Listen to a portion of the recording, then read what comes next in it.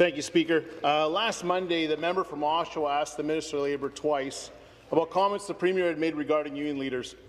As a reminder, the Premier called elected union representatives thugs. And both times the Minister failed to answer those questions. And so last Thursday, I gave two more opportunities for the Minister to clarify if she agreed with the Premier's name-calling, or if she'd take the opportunity to distance herself from the Premier's comments. In response to my first question, the Minister failed to answer the question. Instead, she chose to describe the role of the Ministry of Labour, which is important, and I'll get back to it. During the supplemental question, the fourth opportunity, the Minister referred to the President of the Treasury Board, and instead of responding to the question about calling elected union leaders thugs, the President of the Treasury Board talked about wearing pink on Wednesday for anti-bullying and that he was looking forward to seeing the budget. So, Speaker, aside from the clear fact the same question was asked 4 times without an adequate response, I want to explain why I filed a late show or a notice of dissatisfaction. Let me explain why I think it's important that the Premier apologized for the use of insulting language towards elected worker representatives.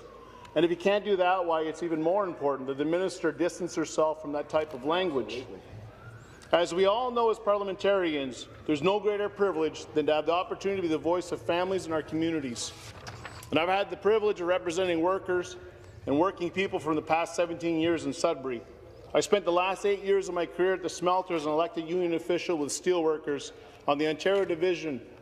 I was co-chair of operations for the Safety, Health and Environment Executive Committee, and I was president of our Labour Council for the past 5 years. Speaker, I am not a thug, and neither are my colleagues.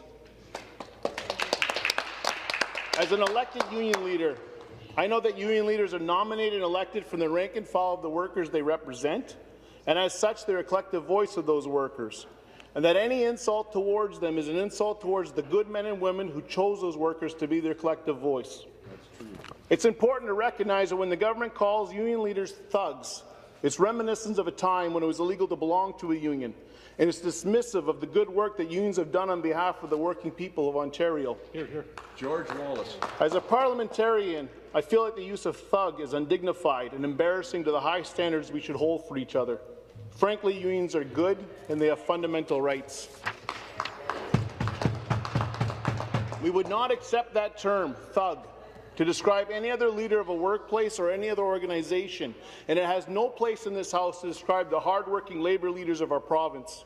It is insulting, it is offensive, and it embarrasses me that the Premier of this province doesn't recognize this, and I hope that he reconsiders, Speaker. Getting back to the Ministry of Labour, from Hansard, here's what the Minister said. The Minister said when she described the role of the Ministry of Labour. It's required by law to act as a neutral overseer for the labour relations process in the province of Ontario. We, as the Minister of Labour, provide neutral conciliation and mediation services with the aim of helping bargaining parties to conclude collective agreements about work disruption. It's important that I highlight the word neutral because the Minister used it twice.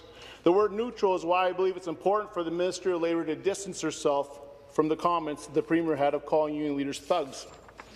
It's the role of the Minister of Labour and her ministry to facilitate discussion and to level the playing field and to interpret the laws within their ministry. And as the Minister of Labour stated herself, the ministry is required by law to act as a neutral overseer for the labour relations process in the province of Ontario. It's essential to the process that the Minister and the Ministry of Labour remain neutral at all times.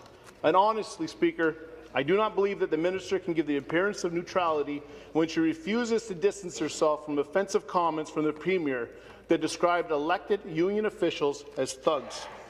And so today I'm offering a fifth opportunity for the Minister.